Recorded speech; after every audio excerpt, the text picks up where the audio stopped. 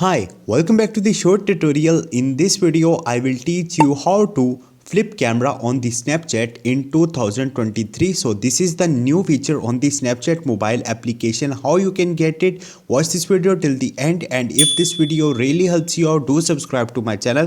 First of all, you have to open your Play Store or Apple Store. You have to search for the Snapchat right here and simply update your Snapchat mobile application from here.